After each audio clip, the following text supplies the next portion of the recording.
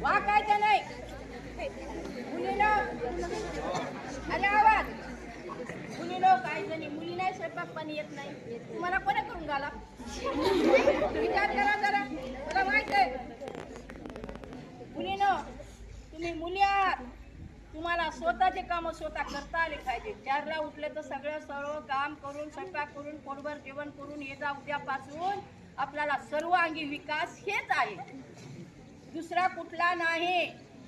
आम्ही भोकरच्या पलीकड आमच्या पाहुण्याकडल्या मुलीला बघण्यासाठी गेलता तर ती मुलगी काय म्हणली, मला स्वयंपाक येत नाही. 10-12 एकर शेती पाहिजे, मुलगा परमिट पाहिजे, देखना पाहिजे, शेताला जाणार नाही, महिन्याला ड्युटी पार्लर पाहिजे, काम करणार नाही. तुमच्या अपेक्षा एवढ्या वाढून गेलेल्या आहेत. आम्ही काय कारण मुली कमी पडल्या म्हणून त्या 4 बाणावर जाऊ नका. शेतकऱ्याला दिलं तर शेतीमध्ये उत्पन्न करून खा. नोकरदाराच्या मागे लागू नका. नोकरदार तुम्हाला क्वालिटीवान असतात माहित आहे का. शेतकऱ्यानं अन्न आपल्याला पिकवलं तर सर्व खाऊ शकतात. प्रत्येक नोकरदार प्रत्येक नोकरीच लागत ना झाल्यात ना. त्याच्या थोबाडामध्ये बोकमान कानात गुंड्या नोकऱ्या कुठल्या लागते. मुख्यच्या शाळेला गेले कानात गुंड्या तोंडामध्ये बोकमा. अरे मला अण्णा भाऊ साठेच्या कॉलेजला जायचे, कुठं जायचे बाळा. तोंडामध्ये काय बेमारी झाली का म्हणल्यानं त्याला बोललाच नाही. मोरी गेला. मुलांनो व्यसनेच्या दूर राहा. कोणतीच पुडी खाऊ नका. मुलीनो कोण्या दुकानाला चिप्साचा पुडा असेल काही असेल त्याच्यापासून दूर राहा. आपल्या शाळेला खिचडी असते, एवढीशी खाता एवढी मोठी घेता.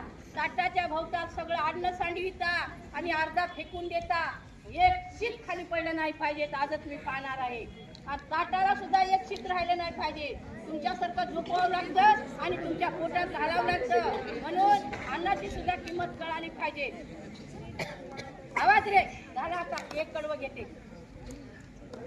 एक छोटीशी दिदी म्हणते, पप्पा मी बाहेर नसून आधार आहे. दोन्ही घरचा दिवा पण आहे. शिकेल सवरेल आणि दोन्ही घराला सॉल्व करी. आईला म्हणते, आई मला जगामध्ये येऊ द्या. अरे आवाज रे जमला का.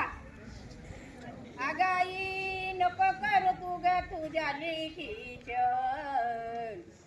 नको गरबात मारू जन्माला घाल. दिव्यासाठी पण तिचा नको जीव घेऊ. आई असताना नको वैरी नो. आई नको कर तू ग तुझ्या लेकीचं. नको गरबात